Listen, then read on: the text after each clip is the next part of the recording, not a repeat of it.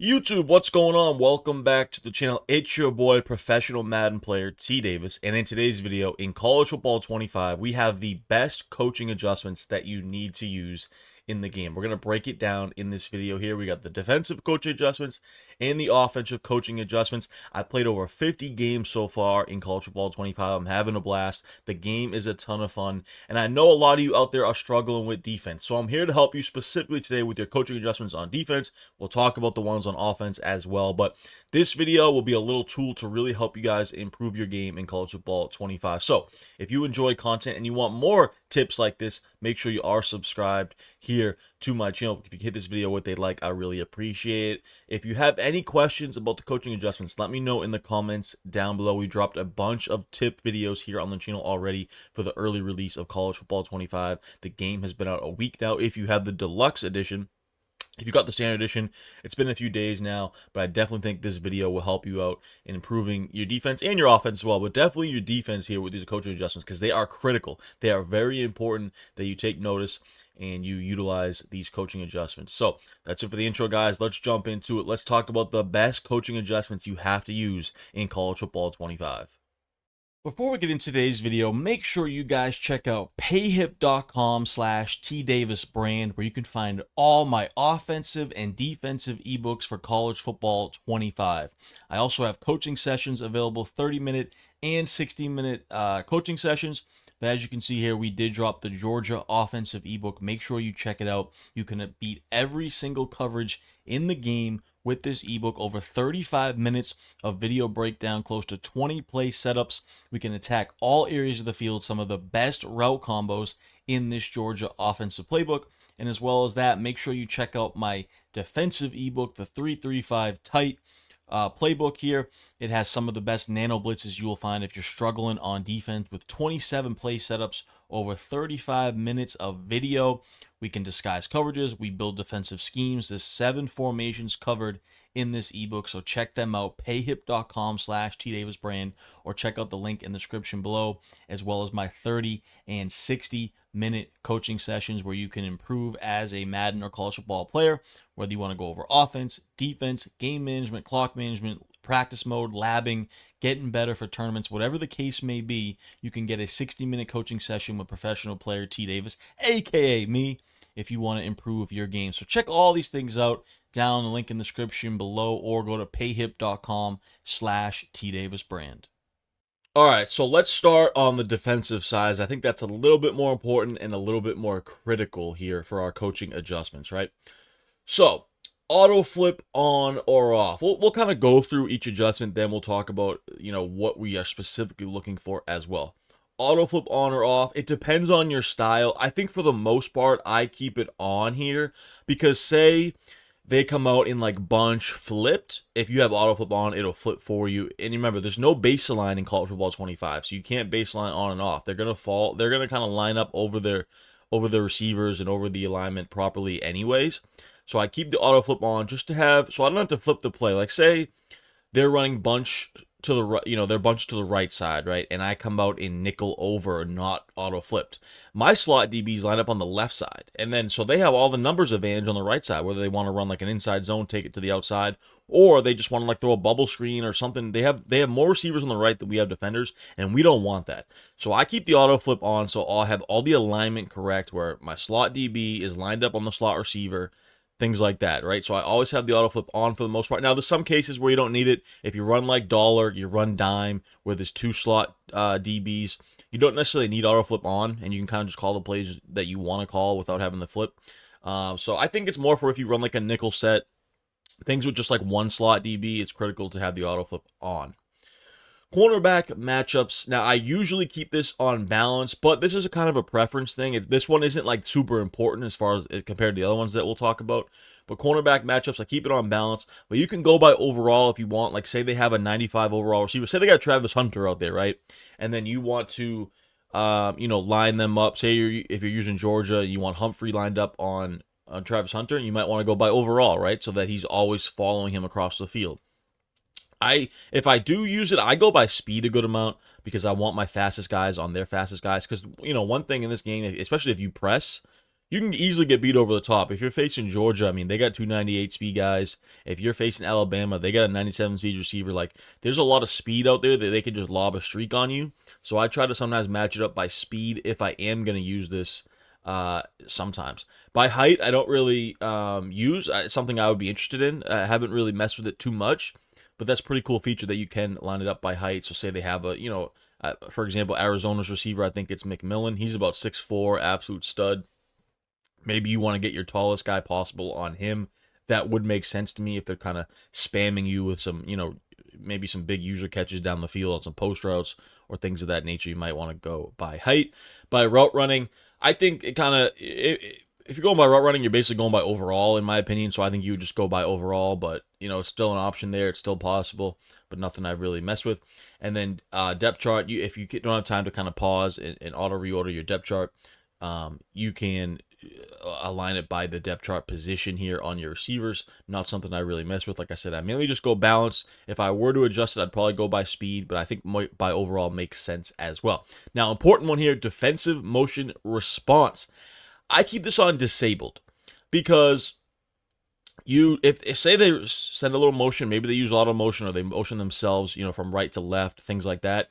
I don't really want to follow them, right? Because then it kind of messes up your defensive alignment. Say you have a deep outside third on the right side, and then they motion over their outside receiver to the left. Now your deep outside third comes with him. He's on the left side running a deep outside third from the left to the right. It just confuses the defensive alignment and assignments and adjustments, and I don't want to mess with that. I think, if you run man, it's fine, but I think man anyways, they're going to follow him regardless. I wouldn't worry about it too much. I would say if you're going to use it, it's for man coverage specifically when you would want to keep it on default. But I keep it disabled because if you're running zone, you don't want them following, messing up the assignments. And what I always preach is, mix up your coverages, right? Make everything look the same, but multiple different coverages. So if they're following, it's gonna kind of give a tell if it's man or zone.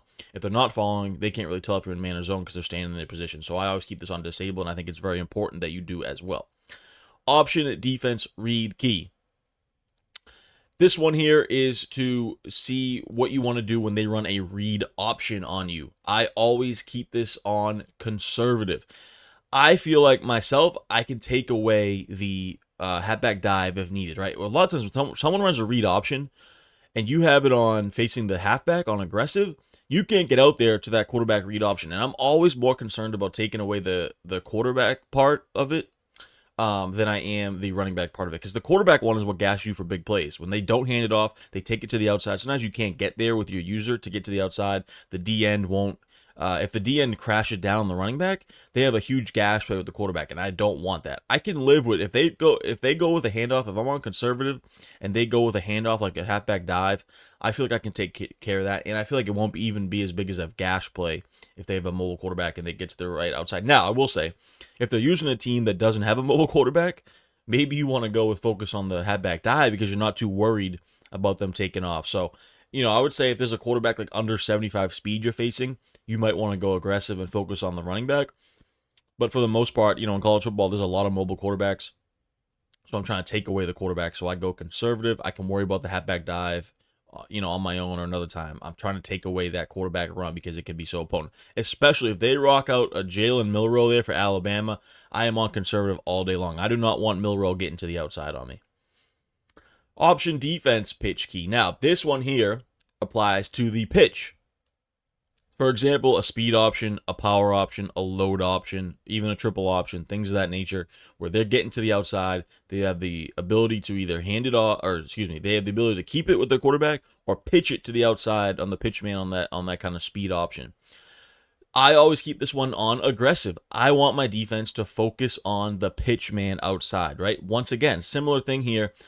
I can take away the quarterback on the inside with like a big hit or something. I can't work, the pitch man to the outside can turn into big gash plays.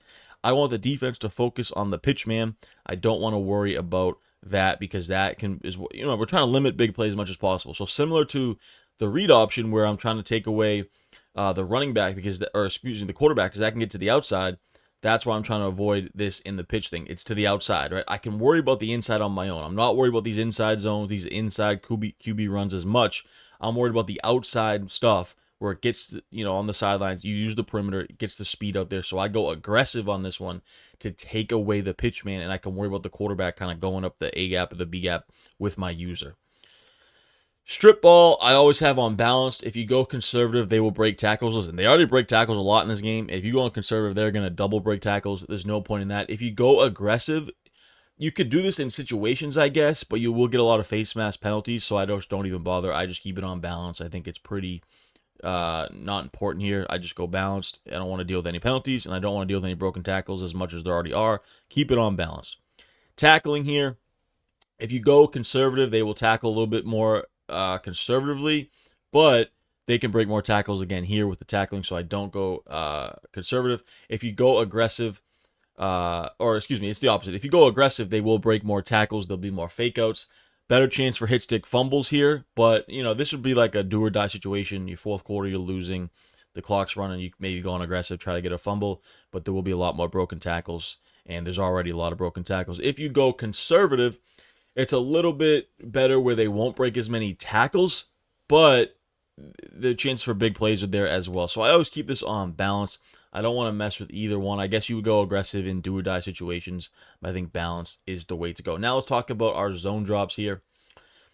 I would say this year, for the most part, I'm on default a lot, but if I were to adjust them, I usually adjust the flats and the curl flats. I don't mess with the hooks too much, but if I set up the double Mabel defense, which I'll have a video breaking down, if you want to go all the way back on my channel, I have a Madden video breaking down how to run the double Mabel defense.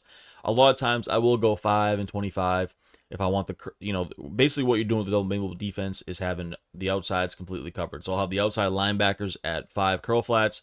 I'll have my outside corners in like a Tampa 2. They're in cloud flats. I'll have them at 25 yards. So I have 5 and 25 yards zone coverage, kind of bagging everything to the outside. I take away the user with my middle. So that's the only time I really use them. I'll adjust them throughout here and there. Like say I'm running just a basic cover 3 or cover 3 cloud. Sometimes I'll adjust these back to like 20, 25. If I'm just kind of sitting back in that cover 3, it's like a 3rd and long. I'll adjust the zone drops back. So for the most part, I would do 5 and 25. But a lot of times I do keep them on default and just kind of make adjustments from there. All right, let's go to the offensive side down at the bottom here. Tempo adjustment. Now, cool feature here in college football at 25. There's a lot of things you can do with this. They have chew clock. Obviously, I use this a lot when I'm milking the clock. I have the lead late in the game, and I'm trying to run as much clock as possible. I will note that you got to go into the feature to turn this back off. Say you run the clock, you get to 3rd down though, and you want to make a lot of hot routes. You come to the line of scrimmage, you only have 10 seconds. You might get a lot of penalties. If you try to make a hot route under 5 seconds on the play clock, a lot of times you're going to get a false start. So that's something to be wary of. Only use this when you're trying to, take the lead, when you have the lead and you're milking clock in the second half. Otherwise, I'm on normal. But the no huddle stuff is really cool as well. If you're trailing, is a really cool feature. Now for the no huddle, it's good because the defense can't sub players out. It saves the game clock, of course, because you're trailing. You're trying to save as much time as possible. You're no huddling to the line. But it does fatigue your team faster, but you can make hot routes with this no huddle feature. Now, if you go to turbo, you can't make any hot routes once you do the turbo because it goes to the line so fast. It's really a cool feature. It's just you can't make any hot routes. So if you're good with stock plays, you know what play you want to call, and you want to repeat the play over and over again, I recommend going turbo. But you have the least playbook access. You can't hot route, you can't audible, but you get to the line extremely fast. So I mix it in here and there. I think it's a fun feature, but for me, the most part, I'm normal, I'm chew clock, and I'm no huddle when I am trailing in the game. Deep pass catching, I always keep this on balance. If you go aggressive, you're always going to get an aggressive catch. You don't want that. You're not going to get the rack catch that you want. If you go conservative, you're always going to get a rack catch.